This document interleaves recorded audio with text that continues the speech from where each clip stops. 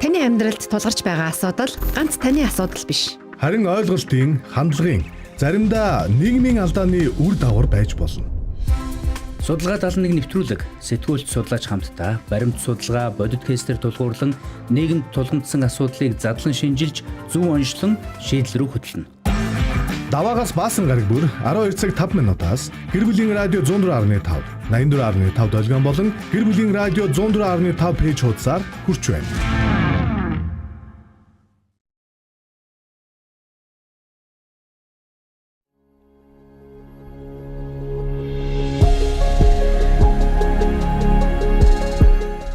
Гэр бүлийн радио 104.5, 84.5 долгион дээр суугаад харуулж сонсож байгаа эрхэм сонсогч танд шинэхэн өдрийн мэндийг хүргье. За гэр бүлийн радио 104.5-аас 7 хэмжиж 1 огтлуурайтай судалгаа 71 нэвтрүүлгийн цоошинхэн дугаарыг хүргэхээр гэр бүлийн радиогийн 2 дугаар студийн хоймроос гэр бүл судлаач сэтгүүлч амарснаа, гэр бүл судлаач сэтгэл зүйч сэтгүүлч баясгалнаар хүргэхэд бэлэн болсон байна. За тэгээд өнөөдөр бит хоёрын хувьд дахин гэрэлсэн гэр бүлийн асуудлыг хөндөө ярилцсан. Тэгэхээр өнөөдрийн нэвтрүүлгийг та гэр бүлийн радио 104.5-ын радио сувг болох 84.5 104.5 хос долгионоор хүлээ авч сонсохоос гадна гэр бүлийн радио 104.5-ын пэйж хуудасаар лайв стримийг үзэх боломжтой. За мөн лайв стрим маань гэр бүл судлаачийн амарснаа гэсэн пэйж дээр давхар хүрж байгаа гэдгийг дуулгахад таатай байна. За лайваар үзэж байгаа болон радиогоор сонсож байгаа хүмүүс маань дахин гэрэлсэн гэр бүлийн асуудалтай холбоотой асууж тодруулах, ярилцах. За өнөөдрийн судалгааг бас сонсоод магадгүй одоо дахин гэрлэхээр төлөвлөж байгаа хүмүүсийн хувьд ч гэсэн өнөөдрийн дугаараас олон зүйлийг олж авах хаа гэж найдаж байна. Тэгээд өнөөдрийн нэвтрүүлэгтээ хамт байж нэг ялангуяа одоо дахин гэрэлсэн гэр бүлийн асуудалтай хүмүүст одоо хувь чатаар нэг шеэр хийгээд өгч болдог шүү дээ тийм. Тиймэрхүү байдлаар шеэр хийж олон хүмүүст бас тийм болоорой. Хүргэж түгээж өгөөрэй тийм ээ. 986 104 5 дугаарын утсаас нээлттэй байгаа тийм ээ. Эфирийн шууд нээлттэй байгаа тийм. За баясагчдын хувьд өнөөдөр энэ том сэдвийг 40 минутын туршид ярина. Гэхдээ олон улсад болон Монгол улсад хийгдсэн судалгааны үр дүнгууд, за хувийн зөвлөгөөний байдалд ирдэг кейсүүд, асуудлууд, зөрчлүүд гэдэг олон талаас нь дахин гэрэлсэн гэр бүлийн асуудлыг хөндөх болно. За дахин гэрэлсэн гэр бүлийг бол одоо олон улсад remarried family, blended family, step family гэх мэтчлэн нэр томьёогоор одоо олон улсад бол хэрэгэлдэг. За Монгол улсад бол дахин гэрэлсэн гэр бүл гэдэг байдлаар бол ярьдаг. За өмнөх гэрлэлтээс хүүхэдтэй байсан эсвэл өмнө нь гэрлэж байсан хүмүүс шинээр гэр бүл болсон тохиолдлыг дахин гэрэлсэн гэр бүл гэж хэлдэг. За сүүлийн 20 жилд бол дэлхийн нийтэд яг энэ дахин гэрэлсэн гэр бүлийн асуудлаар бол олон судалгааг хийсэн байдаг. Яагаад вэ гэхээр дэлхийн нийтэд одоо ер нь энэ салалт гэдэг зүйл ихэлсэнтэй холбоотойгоор, за Монголд ч гэсэн их байгаа тийм. Яг үүнтэй холбоотойгоор дахин гэр бүл болох, дахиад хамтран амьдрах энэ үзэгдлүүд бол ингээд нийгэмд бол түгээмэл болсон. За тэгэхээр яг үүнтэй холбоотой олон улсад хийгдсэн ямар судалгаанууд байдаг вэ гэхээр, за ер нь бол дахин гэрэлсэн гэр бүлүүдийн 60-аас 70% нь эхний 2-оос 4 жилдээ дасан зохицох үйл явцуд явагддаг. Дасан зохицох үеийг туулдаг гэж үздэг. За судлаачдын хувьд дахин гэрэлтийг анхны гэрэлтээс илүү төвөгтэй, 2 дахин давхар асуудалтай ийм бүтцтэй гэр бүл гэж дахин гэрэлсэн гэр бүлийн асуудлыг бол тодорхойлдог. Яагаад вэ гэхээр дараах зөрчлүүд дахин гэрэлсэн гэр бүлүүдэд түгээмэл тохиолддог. За тухайлах юм бол хүүхдүүдэд шинэ ээж, шинэ аав, шинэ эцэг эхийгээ хүлээн зөвшөөрөх ийм шаардлага үүсдэг. Өмнөх хантай одоо холбоотой харилцааны асуудлууд үргэлжилдэг. За санхүү, хүмүүжил, эрх мэдлийн талаарх маргаан их гардаг. За хойд эцэг эхийн ажил үүрэг тодорхойгүйгээс, харилцааны хэм маяг тодорхойгүйгээс үүдэлтэй маргаан зөрчлүүд гардаг. Түгээмэл тулгамддаг асуудал нь хүүхдийн хүмүүжил, өмнөх эсвэл эхнэр эсвэл нөхрийн асуудал яригддаг. За санхүүгийн зохицуулалт, хойд эцэг эхийн байр суурьны асуудал. Эдгээр зүйлүүд бол дахин гэрэлсэн гэр бүлүүдэд их түгээмэл тохиолддгоо гэж судалгаануудад бол яригддаг. Мэдээж бид одоо тий дахин гэрлээ. За гэр бүл одоо саллаа гэдэг дээр бол хэнийг ч одоо буруутгахгүй. Харин ийм нөхцөл байдал одоо Монголд болон дэлхийд дахинд байна.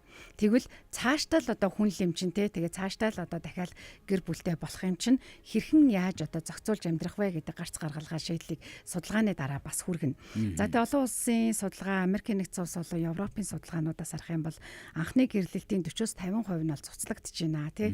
Тэгээ дахин гэрлэлтийн 60-аас 67% нь бүр цуцлагдж байна гэсэн судалгааг Америкийн сэтгэл судлалын одоо хүрээлэн буюу АПА-гаас гаргасан байна. Тэгээ гол шалтгаан нь юу вэ гэсэн чинь төрөүний амраагийн хилдэг хүүхдүүдтэй холбоотой зөрчил байгаад байна. За тэгээ дасах хугацааг болохоор энэ судалгаа болохоор сэтгэл зүйч Патрисиагийн хийсэн судалгаан дээр болохоор ер нь дахин гэрлсэн гэр бүл шинэ бүтэцтэй бүрэн дасаад тогтвортой яг тэр нэг гэр бүлийн бүтэц схем гэж юм байдаг тий. Тэр зүйл бий болоход бас ерөнхийдөө 4-7 жил шаардаж байна гэдгийг бас гаргасан байна. За тэгээ 1000 хүнд одоо ногдох гэр бүл цуцталтын үзүүлэлт дээр харах юм бол Монгол улс 2024 он 1.3, за Япон 1.6, Тайланд 1.8, Казахстан 2 гэдэг ийм хавтайгаар бас 1000 хүнд ингээд тооцох юм бол ийм хавтайгаар салалтууд явж байгаа юм байна. За Монгол улсад яг энэтэй холбоотой хийсэн судалгаанууд тун бага байна. За мэдээж нөгөө үндэсний статистикийн хороо Сэмүүд гэдэг байгууллагууд маань хийдэг. За энэ дээр болохоор гэр бүл хүүхэд залуучуудын хөгжлийн газар болон сэтгцэн эрүүл мэндийн үндэсний төвийн хийсэн мэрэгжилтнүүдийн тэмдэглэсэн гэж байгаа. Энэ том судалгаа бол хийгээгүй, тэмдэглэсэн тэмдэглэгээ судалгаа одоо гэр бүлийн зөвлөгөө авахар ярьж байгаа асуудыг нилээдгүй хувь нь хойд цэгийн харилцаа дагвар хүүхдийн хүмүүжлээс одоо тий одоо үүсэж байна гэдэг ийм судалгаа гарсан байна. За үндэсний статистикийн хорооны хийсэн байгаа судалгаанаас харах юм бол Монголд бол жил дунджаар 15,000 орчим хос гэрлэлтэд бүртгүүлж байгаа. Тэрнээс 4,000 гаруй хос гэрлэлтэд цуцлуулж байгаа. Тэгээ гэрлэлтийн одоо гэрлэлт цуцлалтын дараах бол дахин гэрлэлт бол нэлээд өндөр хувьтай байгаа нь одоо нийгмийн сэтгэл зүйн дэмжлэг, гэр бүлийн боловсрал, сэтгэл зүйн боловсрал чухал байгааг бол харуулсан байна. За тэгээд Улсын бүртгэлийн ерөнхий газрын бүртгэлийн одоо гэрлэлтийн бүртгэлийн мэдээлэл тулгуурласан хүн ам зууч Баатрын наран чимгийн бас судалгаа мэдээллүүд бас байна.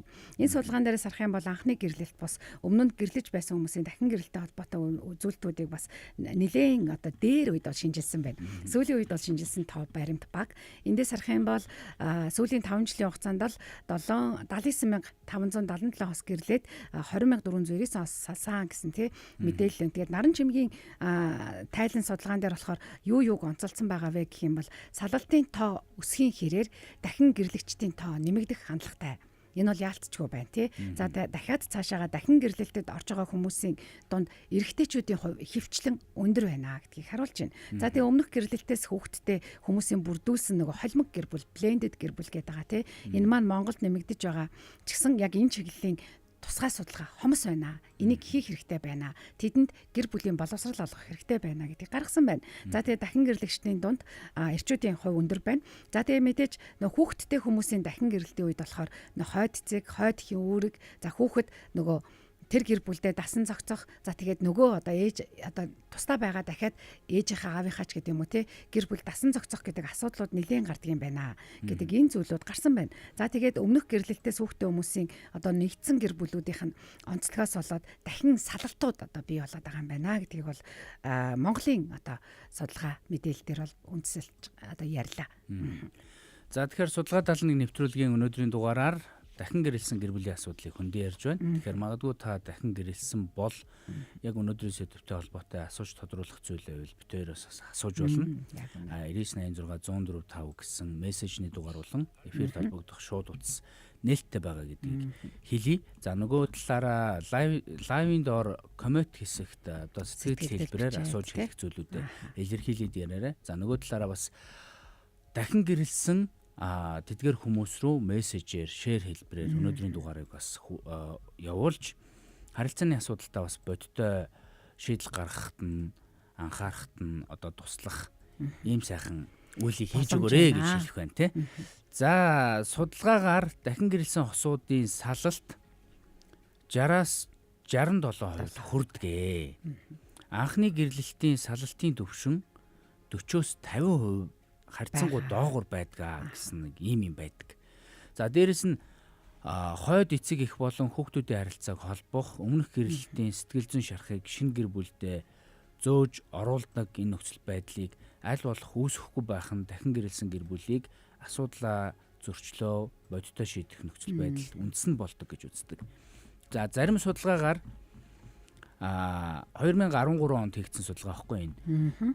За тухайлх юм бол анхны гэрлэлттэй хүмүүсийн гэр бүлийн сэтгэл ханамж дахин гэрэлсэн хүмүүсийн дунджаас өндөр байсан байгаа. Тэгэхээр судлаачид ялангуяа дахин гэрлээд үр хүүхэдтэй болох энэ нөхцөл байдал илүү их стресс, үүрэг хариуцлага, зөрчил их байдгийг энэ дээр бол онцолсон байлээ. За мөн 19 онд хийгдсэн судалгаагаар дахин гэрэлсэн хүмүүсийн гэр бүлийн сэтгэл ханамж анхны гэрэлттэй хүмүүсээс бага байх хандлага ажиглагдсан.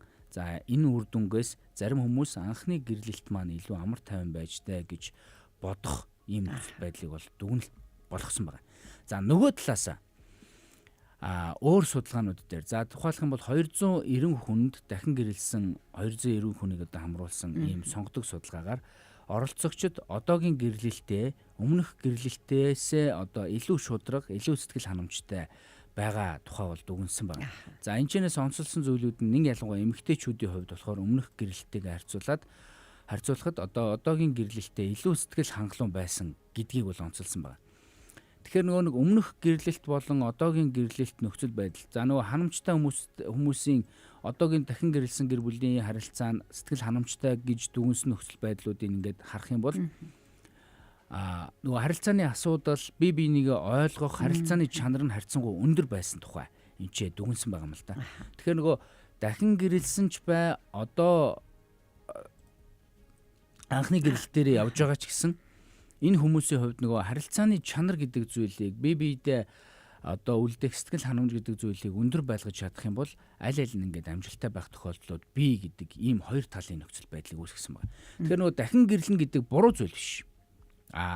Илүү их зөрчилтэй харилцааг үүсгэдэг нэг асуудал байсан бол тэр нь хоёр асуудал болдог. Одоо тухайлх юм бол хүүхдүүдийн асуудал дээр яриа л да. Хоёр талаасаа хүүхдүүдтэй нийлцсэн. Нэг айлын хүүхдүүд бол ингээл муудалцаал, хэрэлдээл, зодолтоол ингээл явж идэг. Тэрэн дээр бол аав ээжүүд бол хоёр яах гэж ингэж идэн даа гэж явж идэг бол хоёр өөр эцэг эхийн хүүхдүүд нэг гэрт ороод парк гэхээр нөгөө нэг ялгаа өсчдөг байхгүй. Өөр өөрсдийнхөө өмгөөлдөг, хамгаалдаг. Энээс ахуулаад нөгөө нэг хүүхдүүдийн асуудлаас үүдэлтэй харилцааны зөрчил нэг дахин нэмэгддэг. Санхүүгийн хувьд нэг дахин нэмэгддэг. Гэр орны ажил үүрэг, ойлголцол энэ тал дээр нэг дахин нэмэгддэг. Ингээл нөгөө нэг өмнөх зөвхөн хосын харилцаан дээр ярихад өмнө нь нэг хүнтэй харилцаад үтсэн туршлагатай тэр хүнээсээ авсан шарх байгаа, гимтэл байгаа. За тэгтэл тэр шархаа дараагийн харилцаа руугаа чирээд орчвол тэгэл ахаал нөгөө нэг харилцааны асуудал нь хоёр дахин давхарлаа. Тэгэхээр нөгөө нэг энгийн гэр бүлүүдтэй харьцуулахад дахин гэрэлсэн гэр бүлийн асуудал гэдэг бол хоёр дахин давхар асуудалтай, өөр зөрчилтэй, өөр маргаантай, өөр тэмцэлтэй. За адмуудын асуудал гэдэг ихэд ахаал яригддаг. Тэгэхээр нөгөө нэг дахин гэрэлсэн гэр бүлийн асуудлыг үүсгэх гэж байгаа бол хин хэнийг маш сайн таниж мэд өмнөх харилцааныхаа асуудал, зөрчил, шархыг эдгээ болж өгвөл энэ тал дээр өмнөхтэйгээ харьцуулахгүй гэсэн харьцуултуудыг бий болго гэж маш олон зүйлүүдийг ингээд үүсгэх шаардлагатай гэдгийг онцолдог. Нэг ялангуяа хүүхдүүдийн хувьд нөгөө дахин гэрэлсэн хосуудын хувьд битээр болчих байхаа, хүүхдүүд болчих байхаа, ойлголцчих байхаа, танаа энэ ийм зан чанартай, манай энэ ийм зан чанартай юм чи хоорондоо нийцээд явчих байхаа гэж боддог. Гэтэл өмнөх аавда ээжтэй хүүхдүүд нэг шил буюу нөгөө дасан зохицох нөхцөл байдал ингээд үүссэн байгаа. Өмнөх аавтайгаа ээжтэйгээ ингээд тэрвэрлдэхэд тоглоход ярихад ингээд илүү дотн мэдрэмж үүссэн байдаг. За гэтэл шинэ аав ээжтэйгээ тэгэхээр нөгөө тэрвэрлдэж чадахгүй, үнсүүлж чадахгүй, эрхэлж чадахгүй, тоглож чадахгүй. Яахаа мэдгүй хүүхэд. Тийм нөгөө нэг дасан зохицох энэгжих процесс гэдэг чинь нөгөө түрүүний хэлсэнчлэн 2-4 жилийн хугацаанд ингээд баг багаар явагддаг. Тэгэхээр энэ баг багаар явагдах энэ процессыг хэрхэн яг яаж явуулж ийн гэдэг чинь өөрөө чухал байхгүй. Дандаа захирсан, тушаасан, дандаа загнасан, зэмлсэн, буруутгасан ийм өнгө аясаар явах уу? Эсвэл ямар өнгө аясаар явах уу? Ямар өнгө аясаар явуулж байна вэ гэдгээс хамаараад шалтгаалаад нөгөө нэг энэг шиг процесс, нөгөө нэг зөв ойлголт, мэдрэмжийг үүсгээд за энэ хүн аав гэж дуудах хэмжээний, ээж гэж дуудах хэмжээний ийм гоё дотн мэдрэмжийг надад үлдээж чадчихвэл би ааваа гэж дуудсан ч болох юм байна. Ээжээ гэж дуудсан ч болох юм байна гэдэг мэдрэмж үлддэг. Үргэлж нөгөө нэг өөрийнхөө хүүхдийг хамгаалаад нөгөө хүүхдийг буруутгаал алдсан нөхцөл байдлууд дээр нь илүү их шүмжилсэн, буруутгасан, загнасан, зэмлсэн иймэрхүү өнгө аясыг явуулаад байх тусам нөгөө хүнтэй харилцаа аав ээж гэдэг дотн мэдрэмжээс илүү бараг ах эгч гэж дуудаж чадхааргүй хөндөө хөдөн мэдрэмжүүд харилцаанууд үүсчдэг. Тэгээ энийг нөгөө томчууд ойлгодоггүй. Яагаад чи ингээд дээд өнгнөөс л харьцаад байдаг. Тухайн хүүхдэд ямар мэдрэмж үүсэж гин, ямар мэдрэмж сууж гин, яагаад тэр аавтай ээжтэй ойлголцож чадахгүй байна. Яагаад тэр хүнтэй хамт ирсэн тэр хүүхдтэй ойлголцож чадахгүй байна. Илэрхийлэх гэхээр юу нь болохгүй байна. Энэ мэдрэмжүүдийг зөв сонсож, зөв байдлаар нөгөө нэг харилцааны олон талт нөхцөл байдлуудыг шийдвэрлэж сурна гэдэг чинь өөрөө их чухал байдаг л да. За тэгээд нөгөө дайн улсад хийсэн томоохон судалгаа байдаг байхгүй. За энэ дээр яадаг вэ гэхээр эцэг эхийн салалт өөрөө хүүхдэд нөлөөлдөг ч гэсэн түүнээс илүүтэйгээр олон удаагийн харилцааны өөрчлөлт одоо хүүхдийн сурлага, сэтгэл зүйд сөргөөр нөлөөлдөг болохыг тогтоосон байна. Тэгэхээр нөгөө нэг доктортой дахин гэрэлсэн гэр бүлд өссөн хүүхдүүд дасан зохицох ийм нөхцөл байдал нь бол өндөр байдаг. Тэгэхээр нөгөө нэг дахин гэрлэн гэдэг буруу зүйл биш. Харин тэр дотор үүсэх сэтгэл зүйн асуудлууд, зан чанар, харилцааны асуудлууд хүүхдүүдтэйгээ хэрхэн яаж харилцах, хоорондоо хэрхэн яаж харилцах юм. Хүүхдүүдийнхээ хоорондын маргааныг хэрхэн яаж шийдэх юм, санхүүгийн асуудлыг яаж шийдэх юм. Нөгөө гэр бүлдэх зөрчил бага, ойлголцол их, сэтгэл ханамжтай хин үлдэж чадчихвэл чанартай харилцааг үүсгэж чадчихвэл дахин гэрэлсэн гэр бүлийн харилцаа ерөнхийдөө сайн байдаг, болдог, бүтдэг гэж үздэг. Боломжтой гэдгийг бол судалгаа харуулж штэ тий.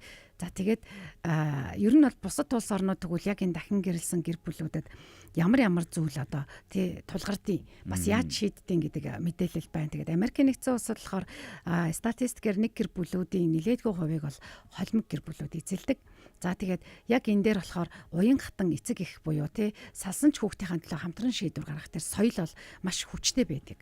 Одоо кинонуудаар ч гэсэн харж идэг үзэж идэг штэ тий. Тэгээ хойд эцэг эхчүүдэд зориулсан бүр ингээд сэтгэл зүйн зөвлөгөө дэмжлэгийн бүлгүүд бас ажилдаг. Тэгэхээр энэ зүйлийг манад бас хийдэг байвал нөгөө хүмүүс өөрсдийнхээ сэтгэл зүйн асуудлыг шийдэж зогсохгүй хүүхдүүдтэйгээ хэрхэн яаж харилцах вэ? Энд бас нэг шинэ гэр бүлийг хэрхэн яаж бий болох вэ гэдэг нэг ийм үе таалга нэгдэж байна. За Европын орнууд тэр дундаа Франц, Скандинавын орнуудад болохоор хууль эрх зүйн хувьд ийм уян хатан байдлаар үйлчилдэг. Одоо юу гэдгийг те заавал аль биесээр гэрэлтэй батлуулаагүй ч гэсэн хамтран амьдарч байгаа хосуудын хүүхдүүдийг хамгаалах за хойд аав ээжийн эрх үүргийг зохицуулсан хуулиуд юм хөгжсөн байт юм байна. За Азийн орнууд болохоор бас ялгаатай байгаад байна. Азийн орнуудад юу ялгаатай вэ гэх юм бол соёлын дарамт бас өөрчлөлтийн асуудлууд гарч ирж байдаг. За өмнөд Солонгос улсаар жишээлх юм бол салсан эсвэл бэлэвсэн хүн дахин гэрлэхийг нийгмээрээ нэг тийм таатай хүлээж авдаг. За тэгээ хүүхдүүд нь ургийн бичигт бүртгэгдэхэд одоо хуулийн асуудлууд ингээ үүсч идэг.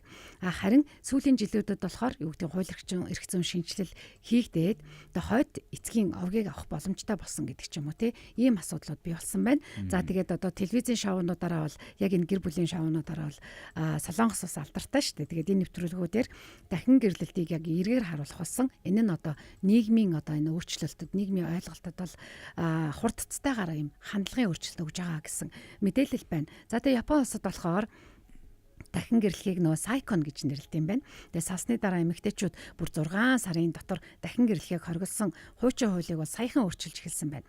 За гисэн хэдий ч гэсэн хойд ээж аав хүүхдийн хоорондын харилцааны асуудлаа гэр бүлийн хүрээнд одоо ингээд нууцалдаг. Одоо энэ бол ингээд миний асуудлаа дахин гэрэлсэн ч гэсэн энэ асуудлыг ингээд чи мэдэх шаардлагагүй гэдэг нэг ийм зүйлсүүд гарч ирд юм байна. За тэгээ Латин Америкт болохоор яг энэ өргөн гэр бүлийн дэмжлэг ямар байдаг вэ гэх юм бол одоо юу гэдгийг католик шашин нэлийн одоо өргөн далаацтай энэтэй холбоотойгоор гэр бүл салалт болон дахин гэрэлтийг бол урт хугацаанд таагүй гэж үзэж ирсэн. Тэгээ гэвч яг орчин үед бол энэ арай жоохон өөрчлөгдөж байгаа, уян хатан болж байгаа.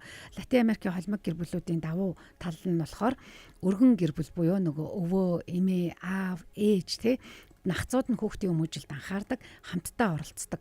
Хойд эцэг гэх нь ирсэн байсан ч гэсэн хамаатан садан ингээд нийлээ те тэр хүүхдийг гадуурхахгүйгээр хэрхэн яаж өсгөх вэ гэдэг дээр юм тусалтай юм байна. Гэх мэтчлээ ингээ ялгаатай. За тэгвэл манай Монгол улсад бол одоо ингээд дахин гэрлэлээ тэнгуут яг хүүхдийн асуудал яах вэ? Нөгөө тэтгэмжийн асуудал яах вэ? Дахиад нөгөө шинэ гэр бүлд яах вэ? Дахиад шинэ хүнтэнд мэдлж чинь яах вэ гэл ингээд асуудлууд гарч ирээд байгаа тий. Тэгээд нийтлэг одоо тулгардаг сорилтууд нь юу вэ гэх юм бол нөгөө дүрмийн тодорхойгүй байдал. Тэ яг ингээд хойд цэг их хүүхдийнхаа хүмүүжилд нөгөө дагаж ирсэн хүүхдийнхаа хүмүүжилд ямар оролцоотой байх юм. За тэгээд тэ ямар статусыг би хамгаалахын гэдэг дээр тэ одоо барихын гэдэг дээр ингээд толгой нэрэгчдэг. Хоорондоо ярилцдаг уу гэсэн үг тэ дүрм тогтоодгүй гэсэн үг. За тэгээд хүүхдүүдийн зүгээс ч гэсэн нөгөө жинхэнэ аав ээжтэйгээ би яаж харилцах юм? Энэ аав ээжтэйгээ яаж харилцах юм? Одоо аав ээжээгээ шууд дуудаж чадахгүй арай том болсон хүүхдүүд тэ тэгэнгүүт ямар хугацаа ямар хэмжээтэй байхаа гэдгийг ч гэсэн зааж өгөхгүйгээр одоо аав ээж гэж дуудаарай гэдэг ч юм уу те энээс болоод асуудлууд үүсдэг юм байна. За тэгээд нөгөө хүүхдүүдийн хувьд болохоор одоо саяны хэлдэг нөгөө яаж харилцах вэ? Тэгээд хоёр герт бас ингэж ирж чичдэг те тэр асуудал нь эргээд хүмүүжлийн харилцааны сэтгэл зүйн бие махбодын хувьд маш их асуудлуудыг дагуулдаг. Энэ бол сорилт асуудал хിവэрэ байгаад байгаа юм байна. За тэгээд санхүүгийн бол нөгөө хуучин харилцаа харилцааны дарамтууд те за энэ хүүхдэд тэтгэмжийн өгөхгүй юу гэл те өгч чадахгүй нэ одоо амьдрал ийм байна гэдэг ч юм уу те энэ асуудлууд бол байнга дагалдаж байна гэдэг ч юм уу. Тэгэхээр бид нар өнөөдөр яг бодтойгоор нэгэнт одоо нүүр тулаад ирсэн байна те нийгэмд дахин гэрлэж байгаа гэр бүлүүд их олон байгаад байна. Тэгвэл дахин салаад дахин хүүхдүүдийг болон өөрсдийнхээ сэтгэл зүг одоо шархлуулахгүй байхын тулд энэ дээр тэгвэл одоо те энэ гэр бүлээ авчилдахын тулд бид нар юу хийх вэ гэдэг гарц гаргалгааг бас хоёлаа ярил л да те. Тий. Байнга одоо шинэ харилцаа үүсгээл олон дахин салаал олон хүнтэй нийлээл амьдарч байгаа л болол иймэрхүү нөхцөл байдлууд бол хүүхдэд хамгийн их стрессийг үлдээдэг. Тэгэхээр нөгөө нэг шинэ гэр бүлээ илүү эерэг, илүү нээлттэй, илүү сайхан болгохын тулд яах ёстой вэ гэхээр түрүүн та нэг хэлсэн. Гэр бүлийн дүрм журм ойлгомжтой байх. Энэ нөхцөл байдал бол хүүхдийн сэтгэл зүйд төдийгүй тухайн хосуудын хийндэ хандах сэтгэл зүйн байдал энэ бүхэнд бол их эерэг дэмтэй байдаг гэдгийг бол онцлоё. За дээрэс нь дахин гэрэлсэн гэр бүлүүдийн хувьд одоо амжилттай байлгахын тулд хурдан одоо шинэ аав, шинэ ээж болох гэж яах хэрэггүй. Хүүхдэд дасах хугацаа байгаа шүү дээ. Тэгээд нөгөө олон улсад хийгдсэн судалгаанаас харах юм бол тооны хувьд 2-4 жилийн дотор энэ их шиг дасан цогцох процесс явагддаг, асуудал наваа гайгүй болдгоо гэж гарч ирсэн бол одоо Монгол улсад хийгдсэн судалгааны нөхцөл байдлууд энэ чинээс харж байхад жил нь арай өөр. 4-7 жил. 4-7 жил гэж байгаа. Тэгэхээр нөгөө 4-7 жилийн хугацаанд бие биендээ таниж мэдэх нэг шиг дасан зогцох хэрхэн зөв харилцах вэ? Нөгөө энэ бүхнийг би ингээд нөгөө ерөнхийд нь анализ хийгээд ингээд дүгнж яхад юу гэж үздсэн бэ гэхээр олон улсад ягаад 2-4 жил байгаад байна гэхээр тэнцээ нөгөө нэг хүмүүсийн төлөвшөл сэтгэл зүйн боловсрол харилцааны боловсрол өндөр байгаа учраас бие биетэйгээ хурдан 2-4 жилийн дотор энэ ихшээ дасан зохицоод асуудал нь ингээ хөнгөн байдлаар яваад болоод байна. За Монгол улсын хувьд нөгөө энэ талын мэдлэг боловсрол хомос сэтгэл зүйчд очно гэхээс баг одоо өөрөө асуудлаа шийдэн мэдрэл солиотой хүмүүс тийм хүмүүс танддаг гэдэг хандлагатай хүмүүсийн хувьд бол өөрөө асуудлаа шийдэн гэж үзээд нөгөө нэг 2-4 жил байх хугацааг чинь 4-7 жил болгочих жоох. Сунгаарч. Тэр хооронд амьдрал маш олон. Тэр хооронд зөндөө жил болно. 3 жил гэдэг чинь хүний амьдралын бас боггүй хугацаа шүү дээ, тийм. Тэгэхээр аль болох богино хугацаанд асуудал зөрчлөө боддоор шийдэхийн тулд нэг ялангуяа хүүхдүүдтэйгээ харилцаан дээр их анхаарах нь чухал байдаг. За хүүхдүүдтэйгээ харилцахдаа хойд эцэг эхчүүдийн хувьд эхний жилүүдэд ямар хандлага харилцааг барих нь өөрөө чухал байдаг вэ гэхээр найзын хэлбэрээр одоо нэг ялангуяа том болсон хүүхдүүдэд найзын хэлбэрээр хандна гэдэг бол өөрөө их чухал байдаг. Бага насны хүүхдүүд бол энэ шиг процесс харьцангуй гайгүй байдаг, төргөн байдаг. Жохон томорцсон нэг ялангуяа өсвөр нас болон өсвөр наснаас хойш хүүхдүүд бол нөгөө нэг шиг тасан зохицох хугацаа урт байдаг учраас энэ тал дээр илүү нөгөө найзын харилцааг чухал жишээлж бүх тал дээр яг найз шиг нь хамт тоглох, хамт ярилцах, буруутгахгүй, ойлгох, дэмжих гэдэг эдгээр хэлбэрийг барих нь өөрөө чухал байдаг. Тэгэхээр нөгөө хосуудын хувьд яг энэ нөхцөл байдал дээр өөрийгөө ингээд шууд тулгаад байдаг л да. Тулгаад байдаг. Өөрийгөө тулгаал, өөрийгөө ойлгуулах гал, өөрийгөө мэдрэмжийг илэрхийлэх гээл нөгөө дарангуйлах, захирах хэм маягийг илүү их байлгах гэдэг. Энэ нөхцөл байдал нь хүүхдэд илүү их хүнд сэтгэл зүйн хэлбэрийг, дарамтыг нөгөө төгшөөртэй мэдрэмжийг үүсгэж идэг. Үүнээсээ холбоолаад нөгөө эрүүл харилцаа ерөөсөө үүсдэг. Тэгэхээр болж өгвөл найзын хэлбэрийн харилцааг тогтоож хүүхдүүдтэйгээ харилцахдаа ойлголцож сурах нь өөрөө чухал байдаг гэдгийг энэ ч онцолж хэлье. Тэгээд найз байж чадахгүй бол яг ийм харилцааг эхлүүлнэ, үүсгэнэ гэдэг бол өөрөө төвхтэй шүү. Хүүхдүүдийн харилцаа гэдэг чинь өөрөө дахин гэрэлсэн гэр бүлийн харилцааны хамгийн чухал нэг харилцааны хэсэг. Тэгэхээр энэ хэсэг дээр анхаарахын тулд иймэрхүү хэлбэрийг барих нь өөрөө чухал байдаг гэдгийг. Тийм шүү. Тэгээд эцэг эхчүүдийн хувьд одоо ээж аав боллоо. За хэн нэгний одоо ээж аав гэдэг тэр нэрийг зөөх гээд байна тий. Урдаа хойд гэдэг тоцтголтойгоор. Тэгэнгүүт юу гэдгийг те нийгмийн сөрөг хандлага одоо хүмүүст яаж харагдах вүлээ те одоо би ямар дүртэй ээж аав болох юм гэдэг дээр нэг юм хит их хичээдэг те нэг талдаа тарангуулдаг нөгөө талдаа бас хит их хичээдэг. Тэг хичээнгүүтээ одоо юу гэдгийг те хүүхдүүдийн бүх зүйлийг нь зөвшөөрж идэг, эрхлүүлж идэг те хит ингээд эрхшээлд нь орох гээд байдаг ч гэдэг юм уу эргээд энэ нэг юм хиймэл харилцаа үсээд өөрийн нэргээд стресстүүлээд харилцааны хувьд асуудал үүсгээд байна. За нөгөө талдаа болохоор одоо юу гэдгийг те хүүхэд л болсон хойно хүн л юм чинь өөр өөрсдийн гэсэн зан арын шинтэй байгаад байгаа тий. Тэгээ хүүхэд ээж аавынхаа хажууд бол одоо бага насны хүүхдүүд бол бүр тэр тусмаа айхгүйгээр тэр зан арын шингээ илэрхийлдэг ш. Дуртай бол дуртай, дургүй бол дургүй, таалагдчихвэл таалагдчихин тий. Таалагдахгүй бол таалагдахгүй. Яг тэр зан арын шингээ ингээд гаргангуут нь ингээд гайхаад шоконд ороод энэ хүүхэд яач вэ гэдэг нэг юм асуудлууд үүсээд байдаг тий. Тэгэнгүүт тэрийг хүн дээр тусгаж авах гад байдаг. Тэгээд эргээд одоо ингээд энэ хүүхэд болохоо ячиж энэ хүүхдийн хүмүүжлэн ингэж тэгж ингээд асуудал үүсгээд байдаг. За дараагийнхан зүйл нь юу вэ гэхээр хүүхдүүдэд бас нэг юм нийгмийн ичгүүр тий нийгмийн юм дарамт ирээд байдаг.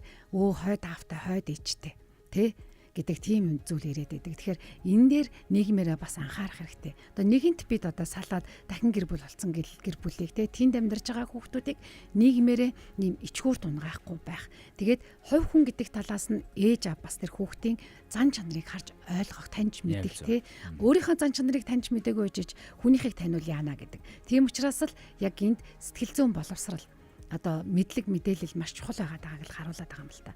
Тэгэл асуудал үүсдэг танаа хүүхдийг лээ тий чиний хүүхдийг лээ гэдэг энэ асуудлаас болол хосын харилцаанд маш одоо том бэрхшээлүүд бий болоод байна шүү дээ. Хүүхдүүдийн хувьд нэг үзүүлж болохгүй, ярьж болохгүй, хэлж болохгүй нэг зүйл байдаг нь юу вэ гэхээр өмнөх аавыг нь ээжийг нь муулах, сайлах, янз бүрийн байдлаар хэлэх энэ нөхцөл байдлыг ерөөсөө хүүхдүүд үзүүлж болохгүй. Энэ нь өөрөө эргээд нөгөө хүүхдэд нөгөө хүний тухай таагүй мэдрэмж, таагүй сэтгэгдэл энэ бүхнийг төрүүлдэг. Тэгэхээр ямар ч нөхцөл байдалд байсан өмнөх аавыг нээжийг нь өөртөө харьцуулаад ямар зүрийн байдлаар нөгөө уурандаа янз бүрийн муухай үг хэлчихдэг шүү дээ. Энэ нөхцөл байдлуудыг хизээч үүсгэж болохгүй. Тэгэх юм бол хоёрын дунд аав ээж битгий хэл ах эгч гэдэг энэ харилцаач үүсэхгүй байх магадлалтай. Тэгэхээр болж өгвөл хүүхэд өөрөө эмзэг томчууд бид нар бол одоо ингээл уучлахтаа амархан, мартахтаа амархан байж болно шүү дээ. Хүүхдүүдийн тэр зүрх сэтгэлд үлдэж байгаа шарах тэр үг энэ нөлөөлөл бол амьдралынхаа туршид ингээл үзэн ядах ийм мэдрэмж болоо тогтох магадлал бол өндөр байдаг шүү. Тэгэхээр нөгөө өмнөх аав ээжийг нь хизээч гэх юм муулаарай. Тэгээд түрүү нөгөө ярьж байгаад орхисон дүрм нэг бай. Дүрм гэдэг бол өөрөө тэр хүмүүс бие биетэй дасан зохицох, уусах, ялгаатай байдлуудаа хүлээн зөвшөөрөх хамгийн чухал одоо энгийн зүйл гэдэг байхгүй. Тэгэхээр аль болох нөгөө гэр бүлийн доторх одоо дүрмүүдийг бүгдээрээ сууж агаад бүгдээрээ санал бодлоо оруулаад бүгдээрээ тэрийг нийтээрээ батлаад за манай гэр бүл ийм дүрмтэй амьдрнаа гэдэг энэ нөхцөл байдлыг бүр ингээ эцсийн байдлаар бүх хүмүүс зөвшөөрөөд тэгээд тэрийг дагаж мөрдөнө. Яг үнэ. За цэнэглэгч хаана байх ёстой юм. Хоол идсний дараа аяг тавга хэд өдөр хин нугаахын хэд өдөр нь хин нугаахын бүх зүйл тодорхой. Гэрийг яаж цэвэрлэх юм? Хин энийхээ хичээлд яаж туслахын, оролцох юм уу, оролцохгүй юм уу? Тэ? Хин энийхээ одоо хувцас гутлах унарт хүрх юм уу, хүрхгүй юм уу? Яг хүрвэл ямар хувцсныг нь өмсөж болохын, эдэлж хэрглэж болохын, ямарыг нь хэрглэж болохгүй. Ямар тоглоомоо хамт тоглохын, ямар тоглоомыг тоглохгүй. Хосуудын хувьд ч гэсэн нөгөө өмнөх харилцаагаа сөхөх үү, ухах уу, ямар нэгэн асуудал гарахад яаж шийдэх үү, хайцуулах уу, хайцуулахгүй юу тий. Тэгээд нөгөө дахин гэрэлсэн гэр бүлийн хосуудад үүсдэг яригдах, хэлэгдэх ёстой нэг чухал дүрэн байдаг нь одоо нөгөө эхнэрээ дагаж ирсэн, нөхрөө дагаж ирсэн хүүхдүүдэд ямар нэг юм хэлэх бол та битгий хэлээ. Ээжээр нь хэлвэл, ааваар нь хэлвэл. Хичнээн муудалцсан ч ээж өр хоёрын холбоо тасрахгүй. Тэр ингээд мөнхөд үргэлжилнэ. Харин хоёрын харилцаа бол бэхжих гэж ядж байгаа тийм харилцаа учраас тийм харилцаанд дунд шууд тийм үгийг хэллээгээд сайн үр нөлөө байхгүй. Тэгэхээр эхнэрээ дагаж ирсэн тэр охинд хүүд ямар нэг юм хэлэх гэж байгаа бол ээжд нь хэлээд ээжээр нь эвтэйхэн байдлаар ойлгуул. Ээж нь гэхдээ тэрийг хов зөөж байгаа энэ хүн ингэж байгаа учраас чи энийгээ боль гэдэг хатуу хандлагаар биш. Яг өөрөө хэлж байгаа юм шиг ийм байдлаа чин сэтгэлээсээ ийм олбоо харилцааг ойлгуул. Энэ бол өөрөө их чухал байдаг шүү. Энэ мэтчлэн нөгөө дүрмүүдийг тогтоох хэрэгтэй. Нэг жижигхэн дүрмийг зөрчснөөс нэг жижигхэн дүрмээр асуудал гарснаас үүдэлтэйгээр тэр гэр бүлийн хосуудын хоорондын харилцаа, хүүхдүүдийн хоорондын харилцаанд том маргаан үүсдэг. Эргээд л нөгөө нэг үйл ойлголцох нөхцөл байдал, бие биенийгээ муухай харах, бие биедээ муухай хандах хандлага ингээд цаашдаа ингээд тогтчдөг. Тэгэхээр болж игэл жижигхэн дүрмийг ч гэсэн одоо яг үүсгээд батлаад за түүнийгээд хин ч гэсэн дагаж мөрднө гэдэг энэ нөхцөл байдлыг. Мэдээж нөгөө бага насны хүүхдүүд дээр бол уян хатан байдлаар хандна шүү дээ, тий. Тэр жоохон хүүхдүүд чинь бол ямар ч нөхцөл тэрийг ойлгохгүй зөрчих тохиолдлууд байдаг учраас бага насны хүүхдүүдэд уян хатан хандна. Харин юмыг ойлгох насанд хүрсэн хүмүүсийн хувьд тэр дүрмийг бол сахин мөрднө гэдэг энэ нөхцөл байдлыг гэр бүлийн одоо томчууд нь ч багчууд нь ч аль болох дагах энэ нөхцөл байдлыг баримтлана. За дахин гэрэлсэн гэр бүлүүдийн хооронд одоо жишээлх юм бол эхнэрийг дагаад ирсэн нэг хүүхэд, нөхрийг дагаад ирсэн нэг хүүхэд энэ хүүхдүүдтэй ингээд ойлголцоол ингээд болоол сайхан байдаг. За гэтэл дундаас нэг хүүхэд гараад ирдэг. Шинэ хүн одоо мэдээж шүү дээ. Хин хинийхэн дүү, хин хинийхэн хүүхэд. За гэтэл шинэ хүүхэд гараад ирэхээр нөгөө нэг ялгууртай харилцаа явж эхэлдэг. Хинийхээ хүүхдийг хатуу байдлаар хандаал дүүгээ ингэхгүй яасан. Яагаад дүүдээ ингэж хандж байгаа ингээл хинийхээ хүүхдүүдийг ялгах янз бүрийн хэлбэрийг үзүүлдэг. Энэ нөхцөл байдал чи эргээд л нөгөө хүүхдүүдэд хүнд мэдрэмж өгүүлдэг. Тэгэхээр хин хинийхээ хүүхдүүдийг ерөөсөө ялгахгүй. Баяр ёслолоор яг адилхан бэлэг авч өгнө. Мөнгө өгөх бол яг адилхан хэмжээтэй мөнгө өгнө. Хоол аяглах бол яг адилхан хэмжээтэй аяглана. Бүх нөхцөл байдал дээр одоо хувцас сануур авч өгөх бол яг тэдэн сарын тэдэнд одоо тухайлх юм бол монголчууд хүүхдүүддээ хувцас авч өгдөг нэг догтсон мөчлгүүд байдаг шүү дээ. За баярын өмнө тий хичээл орохын өмнө тий яг нэг догтсон мөчлгүүд байдаг. Яг ийм үеүүдэд л одоо шинэ хувцас авч өгнө. Тэгээ бусад үеүүдүүд бол яг энэ хувцснуудаа нөгөө түрүүний хэлсэнчлэн хинийхээ хувцсыг яаж хэрэглэх вэ, өмсөх үү, хэрэглэхээр болвол зөвшөөрөл авч ийж, асууж ийж хэрэглэхээс ахуулаад яг ингээд нарийн ширийн зүйлүүдийг одоо үүсгэж сурах нь өөрөө нөгөө хүүхдүүдээс үүдэлтэй маргаан зөрчлийг хосууд хийгээд хоёр тал болж хуваагдахгүй байх ийм цул харилцааг үүсгэх шүү гэдэг. Энд чинь нэг 90% гэж яриад байгаа тий хүүхдүүдээс болоод хосын харилцаанд маргаан үүсээд байгаа. Тэгэнгүүт ингээд практикаар харах юм бол ингээд зөвлөгөө авах гэж хэрэгтэй. Тий миний хүүхдийг ингээд дутуу хоолоод байна. Дуртай дургу хоолоод байна гэдэг ч юм уу тий. Энэ хүүхэд намайг одоо юу гэдгийг тий хүндлэхгүй байна. Хүүхдээ өмөөрөөд байна гэрдэг. Тэгээд ингээд энэ зөвлөгөө үргэлжлээ цаашаа явж байгаа хүүхдэд нь асуудал байна уу, энэ хоёрт байна уу гэдээ явахаар хүүхдийн асуудал бол зүгээр наадлын нэг юм өнгөц зүйл байна тий. Өнгөлн далдлалт байна гэж хараад байгаа. Цаана нь энэ хоёр хос бие биедээ итгэх үү яах вэ? Итгэлцэл бий болох уу яах вэ? Хил хязгаарын байдал маань ямар хэмжээнд байх вэ гэдэг энэ асуудлууд гарч ирж байна. Тэгэхээр яг энэ дээр л сэтгэл судлаачдаас зөвлөгөө авдаг. Чиний хүүхэд болохгүй байх, миний хүүхэд болоод байна гэж анх асуудал ирж байгаа боловч цааталтаа үндэ насанд хүрсэн хүмүүсийн бие биедээ хайртай байх, итгэх, хил хязгаарыг хэрхэн яаж тавих, цаашдаа бит хоёр яаж амьдрах вэ гэдэг энэ гол зүйл яригадаад байгаа байхгүй юу? Дахин гэрэлсэн гэр бүлүүдэд анзаардаг нэг зүйл нь юу байдаг вэ гэхээр нөгөө өөрийнхөө хүүтэй охинтой тусгай цагийг гаргаад булганчдаг явдал. Булганчдаг тий баярлуулцдаг. Энийг нь мэдчихэд гомдсон шүү дээ хүн л юм шиг гомдох юм нөхцөл байдлууд үүсдэг. Тэгэхээр нөгөө булгандмаар байсан ч гэсэн тэрийг ихний ээлжинд төвчээ. Танай гэр бүл бие биедээ энэгшээд дасан зохицоо зөв харилцааны хэм маяг үүсээд энэгшил үүсээд ингэж явсан үед тэр булганлыг дараа нь хийж болно шүү дээ. Харин яг дасан зохицож байгаа процесс дунд бол яг иймэрхүү жижиг сажиг зүйлийг ерөөсөө гаргахгүй байх. Үнэхээр булгнах ийм нөхцөл байдлыг үүсгэхээр болвол хамгийн тохиромжтой арга нь юу вэ гэхээр өөрийнхөө хүүтэй өөрийнхөө охинтой биш. Нөгөө нэг нөхрийн эхнэрийн тэр хүүтэй охинтой дотн харилцаа үүсгэх замаар дуртай эмийг нь хамт хийх, ойлгох, тоглох, сонсох, үзэх, харах, цагийг өнгөрөөх гэдэг хэлбэрээр хин хинийхээ хүүхдүүдтэй ингэж харилцаа үүсгвэл илүү гоё. Тэгэхгүй бол яг өөрийнхөө хүүхдэд л чи анхаарат байна гэдэг хосуудын харилцаанд зөрчил үүсдэг шүү. Тэгэхээр энийг аль болох бий болохгүй байх хичээгээр. За дахин гэрэлсэн хосуудтай холбоотой асууж ярилцах зүйл байгаа бол та 9986 104 5 гэсэн мессежний дугаар болон шууд утсан дээр яг одоо шуудаар холбогдож орж ирээд ярих, хэлэх, асуух, тодруулах зүйлүүдэд асууж болно шүү. Судалгаа 71 нэвтрүүлэг өндөрлөхөд 5 минут үлдчихжээ. Хоёулаа дүгнэлт хэсэг рүүгээр оръё. За тэгье. Тэгээд дахин гэрэлсэн гэр бүл учраас одоо хүүхдийн асуудал маш их яригдж байна. Хувийн чих байгаад энэ зөрчил маргаан. Тэнгүүт энэ дээр хамгийн гол одоо дэлхийн практикт барьдаг зөвлөмж юу вэ гэх юм бол хүүхэд нэгдүгээрт биш гэрлэлт нэгдүгээрт гэдгийг анхаараарай гэж тий. Мэдээж хүүхдээ хайрлна, хамгаална, халамжлна. Тэн дунд хүүхдүүд одоо шинэ гэрлэлтэн дунд одоо ээж аа бибинэ хэрхэн яаж хайрлаж байгаа тий. Хэл хязгаарыг хэрхэн яаж ойлгож байгаа тэнд гэр бүлийн дүрм журм хэрхэн яаж одоо үүсэж байгаагаас холбоотойгоор хүүхдүүд ч гэсэн тэрийг дагаад нэг шин дасах тий. Тэнд одоо өөрийнхөө одоо байр суурийг бий болгох, сэтгэл зүй бие махбодын хувьд аюултай аюулгүй байдлууд бий болох ч гэдэг юм уу тэр зүйлүүд гараад байгаа.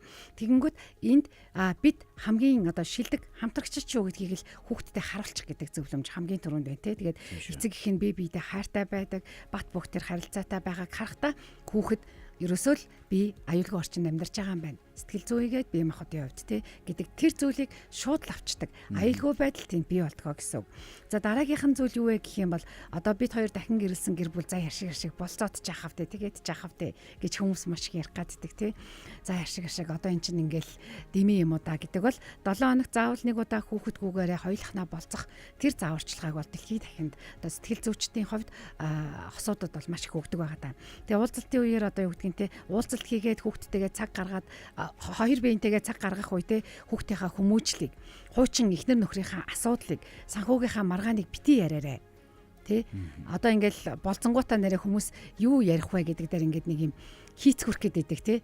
Тэгвэл энэ зүйлсийг битгий яриарай. Харин хувь хүнийхээ үднээс хоёр биенийхээ талаар харилцаагаа хэрхэн яаж цэнэглэж болох тэр аргуудыг яриарай. Хоёр биенийхээ сайн талыг хуваалц, ирээдүйн төлөвлөгөөг яар те. Ажил одоо мэргэжил хийж байгаа зүйлсийн асуу, сэтгэл мэдрэмжийг нь сонс гэж байгаа. За дараагийнх нь хувьд бол мэдээж хамтдаа тийм нөгөө дундын санхүүгийн фондыг заавал бий болгох хэрэгтэй гэж байгаа. Хэрвээ санал зүрх юм бол те одоо хэрвээ янз бүрийн асуудал үүсэх юм бол хэрвээ санхүүгийн зөвлөх юм бол хоёр талтай ингээл байж идэг те. Тэгэл за тэн талтаа ч өгнө, энэ талтаа ч өгнө. Тэр хүүхдтэй ч энэ хүүхдтэй ч гэж байгаа бол тэрийг өмнө нь шийдчих те. Хэрвээ хүүхдтэй бол хүүхэд нь тусдаа байдаг бол за энэ хүүхдэд ч гэсэн би эцгийнхаа үүднээс, эхийнхаа үүднээс хариуцлага өргөх хэрэгтэй. Тийм учраас эдийн хэмжээний зүйл ийшээ явна. Энэн дээр одоо чи те би хамтдаа маргаан үсэхгүй гэдэг зүйлийг бас заавал ярилцдаг байгаарай. Тэгээд дахин гэрэлсэн тэр шинэ гэр бүлтэй хамтын фондыг бас заавал үүсгээрэй гэдэг. Энэ одоо шийдлүүдийг бол дэлхийн дахнаас сэтгэл судлаачид гэр бүлүүдэд өгсөөр байгаа. За миний хувьд өөрийнхөө зөвлөгөө мэдээлэл дээр тулгуурлаад танд нэг 10 ширхэг тоот зүйлийг хэлье. За тавчгаа хэлэх нь 2 минут За байна. өмнөх амьдралынхаа шарахыг шинэ хүндээ битгий өөрүүлээрээ, үзүүлээрээ, өмнөх шарахаа эдгэж тэр харилцааг үүсгээрэй. Жишээлх юм бол өмнөх гэрэлтээс авсан гомдол, айдас, үл итгэх мэдрэмж гэдэг бол нөгөө дараагийн харилцаанд шилжээд явчихаар надаас нэг юм нуугаад байна да. Өмнөх хүн шигээ бас орхиод явах юм байна да. Дахин хуурдах вэ гэдэг ийм асуудлууд үүсдэг. Тэгэхээр энэ өмнөх шарахыг эдгэнэ гэдэг чухал. За номер 2 бол хайрлах гэж яарахаас илүү ойлголцохыг хичээ. Дахин гэрэлсэн хосуудын алдаа нь бид бүгдээрээ шууд нэг гэр бүл болчихно гэдэг ийм явдал байдаг. Гэхдээ хүүхдэд дасах хугацаа хэрэгтэй. Тийм учраас энэ дасах хугацааг заавал бий болгох хэрэгтэй шүү. Харилцаа бол одоо хурдны уралдаан биш. Харин урт аялал. Тэгэхээр энэ урт аяллыг хэрхэн яаж зөв хийж ийн гэдгийг л бодох хэрэгтэй. За 3 дахь зүйл нь өмнөх гэрлэлтийнхээ талаар маш сайн нийн угуу нухацтай үнэнчээр ярилцаа. Энэ бол хосууд ярилцаанд үнэхээр чухал. За би одоо хүүхдтэйгээ холбоотой асуудлаар л өмнөх хүнтэйгээ уулзна. Гэхдээ бид хоёрын дунд ахаад дотн харилцаа, ахаад тийм асуудал байхгүй. Энэ асуудлаар л бид хоёр харилцсан, уулзна. Мэдээж нөгөө хүүхдийн асуудал учраас энэ дээр бид хоёр нээлттэй байна гэх мэтлэн өмнөх гэрэлтэй юунаас болоод салсан, яасан, ийсэн, энэ дээр миний алдаа юу байсан, энэ бүхнийг ойлгуулж тодорхой ярилцна гэдэг өөрөө чухал. За дараагийн номер 4 дахь зүйл бол хүүхдийг хайрлуулах гэж шахаж болохгүй. Энэ тал дээр түрүүн зөндөө ярьсан учраас тавчхай хийлээ. За нөгөө нэг хүн дээрээ биш, асуудал тулгуурлаж ярилцаж сур 5 дугаар зүйл нь. За 6 санхүүгийн талаар одоо нээлттэй ярилцсан. 7 дахь нь болохоор өдөр бүр харилцаанд хөрөнгө оруулалтыг бие биедээ цаг гарга. Өнөөдөр ямар байв? Би чамд юугаар туслах вэ? Баярлалаа. Чи их сайн байна шүү. Хин хичээж шүү гэдэг зүйлийг ярилцаж хэлэлцэж ойлголцсон. 8 дахь зүйл нь болохоор итгэлцлийг үгээр биш үйлдэлээр бий болгодог гэдгийг сан. Тэгэхээр нөгөө амлснаа биелүүлэх, худлаа хэлэхгүй байх, нээлттэй байх, доктортой зан авар гаргах гих мэт зүйлүүдийг хийж зур. Итгэлцэл гэдэг зүйл нэг л өдөр бий болчдөг зүйл биш ээ. Энэ бол олон өдрийн үйлдэлээс бүтдэг гэдгийг сан. За 9 дэх нэг чухал зүйл бол хадам садан төрлийн харилцаанд хил хязгаар тавьж сур. Яг юунд оролцуулах уу, оролцуулахгүй гэдгийг шийд. 10 дахь нэг чухал зүйл нь төгс гэр бүл байхыг хизээч битгий хичээ. Бүх зүйл асуудалгүй төгс байх боломжгүй. Энгийн гэр бүл ч гэсэн зөрчил асуудал байдаг. Тэгэхээр нөгөө нэг асуудалгүй төгс байх гэл хитрхи хит их битгий хичээ. Энэ ч нь өөрөө асуудлыг улам хөндрүүлд юм шүү. Тэгэхээр төгсгөлд нь хэлэхэд дахин гэрлэн гэдэг бол өмнөх алдаагаа давтахгүй байх хариуцлагыг өөртөө дахин өөрүүлж байгаа хэрэг юм шүү. Үүнийг л маш сайн санаарай гэдэг үгээр судалгаа 71 нэвтрүүлгийн өнөөдрийн дугаарыг өндөрлөж байна. За Пүрэв гарагт одоо хүрнэ тий? Пүрэв гарагт 12 цаг 5 минутаас судалгаа 11 цаг 5 минутаас мэдих хэрхийн талаар ярина. Пүрэв гарагийн дугаар та хамт байгаарай. Өнөөдөр хамт байсанд баярлалаа. Үргэлжлүүлээд гэр бүлийн радиогийн хөгжим мэдээллийн хөтөлбөртөөгөө хамт байгаарай. Баяртай. Таны амьдралд тулгарч байгаа асуудал ганц таны асуудал биш. Харин ойлголтын, хандлагын, заримдаа нийгмийн алдааны үр дагавар байж болно. Судалгаа 71 нэвтрүүлэг сэтгүүлч судлаач хамтдаа баримт судалгаа бодит кейсээр тулгуурлан нийгэмд тулгамдсан асуудлыг задлан шинжилж зөв онцлон шийдэл рүү хөтлөнө.